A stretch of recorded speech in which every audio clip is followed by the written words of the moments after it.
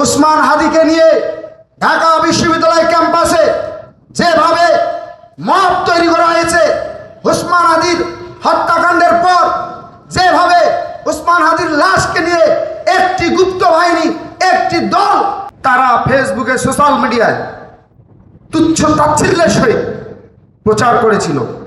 অথচ দেখেন, July August পরবর্তী সময়ে আমরা যে বাংলাদেশ স্বপ্ন দেখেছিলাম, সেই বাংলাদেশে আর একটি হত্যাকাণ্ডের শিকার হয়েছিল।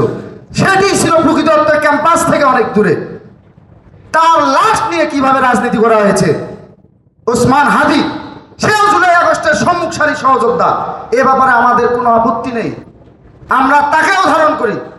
অথচ আজকের এই তার ডিপার্টমেন্টের কম্পার্টমেন্টে দাঁড়িয়ে আমার শহীদ শাহরিয়ার আলম সাম্যের একটি প্রতিকৃতি বা স্তম্ভ নির্মাণ করার জন্য আমাদের এই ভিসি, নবনির্বাচিত ভিসির কাছে আমাদের স্মারকলিপি প্রদান করতে হয়, আবেদন করতে হয়। তার পরিবারের লোকজন যখন শহীদ শাহরিয়ার আলম সাম্যের প্রতিকৃতি বা স্মৃতিস্তম্ভ স্থাপন করার জন্য আকুলভাবে আবেদন করছিল, তখন আমি শুনছিলাম এবং ভাবছিলাম, সাম্য, জুলাই আগস্ট সম্মুখসারী সহযোদ্ধা এবং ওসমান হাদিও সহযোদ্ধা। তার লাশটি দাফন করা হয়েছে কোথায় আপনারা জানেন? আমাদের জাতীয় কবি কাজী নজরুল ইসলাম মাজার সংলগ্ন বা মাজার এলাকায়। অথচ আমাদের শহীদ শাহরিয়ার আলম সাম্য ক্যাম্পাস সংলগ্ন এলাকায় শহীদ হয়ে হত্যাকাণ্ডের শিকার হয়ে আমরা তার হত্যাকাণ্ডের বিচার এখন পর্যন্ত চলমান রয়েছে। সেটা আইন আদালতের বিষয়।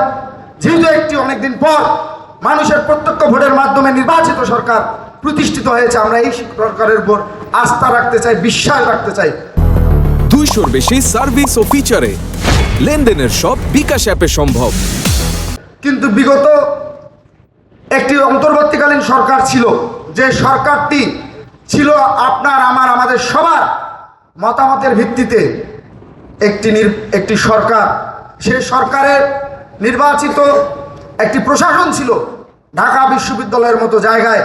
সেই প্রশাসনের মাননীয় ভিসি মহোদয় সাম্য হত্যাকাণ্ডের দিন, যেদিন সাম্যের সহপাঠীরা তার বিচারের দাবিতে ভিসি বাসভবনে গিয়েছিল, সেদিন আপনারা দেখেছিলেন সেই মাননীয় ভিসি নিয়াজ আহমেদ খানের সেই শিশুসুলভ আচরণ আপনারা দেখেছিলেন। আপনারা দেখেছিলেন যে ওই সময়কার যে প্রশাসন ছিল তারা কিভাবে বিষয়টিকে, আমাদের বর্তমান ভিসি ইতিমধ্যেই বলেছেন ওই সময় ওই ভিসি নার্ভাস ছিল। আমরা বিশ্বাস করতে চাই, যেহেতু তিনি বাংলাদেশের সর্বোচ্চ বিদ্যাপীঠ ঢাকা বিশ্ববিদ্যালয়ের ভিসি ছিলেন, তিনি অবশ্যই তার শিক্ষার্থী নিহত হয়েছে, হত্যাকাণ্ডের শিকার হয়েছে, এজন্য তার মনোকষ্ট ছিল বলে, মনোকষ্ট হয়েছে বলে আমরা জানি। যারা মব তৈরি করলো সাম্যের হত্যাকাণ্ডকে ভিন্ন খাতে প্রবাহিত করার জন্য, একের পর এক ন্যারেটিভ তৈরি করলো, তখন তারা কিন্তু মুখ বুজে সহ্য করেছিল। আমি শুধু এটুকুই বলতে চাই, ওসমান হাদিকে নিয়ে ঢাকা বিশ্ববিদ্যালয় ক্যাম্পাসে যেভাবে মব তৈরি করা হয়েছে, ওসমান হাদির হত্যাকাণ্ডের পর যেভাবে ওসমান হাদির লাশকে নিয়ে একটি গুপ্ত বাহিনী, একটি দল যেভাবে একের পর এক সকাল বিকাল রাত ভর মিছিল মিটিং তুলে বিশ্ববিদ্যালয়ের পরিবেশকে নস্যাৎ করেছিল, আমরা তারপরও তাদেরকে স্বাগতম জানিয়েছিলাম এই অর্থে যে একটা হত্যাকাণ্ড হয়েছে, অবশ্যই সেটার বিচার হওয়া উচিত।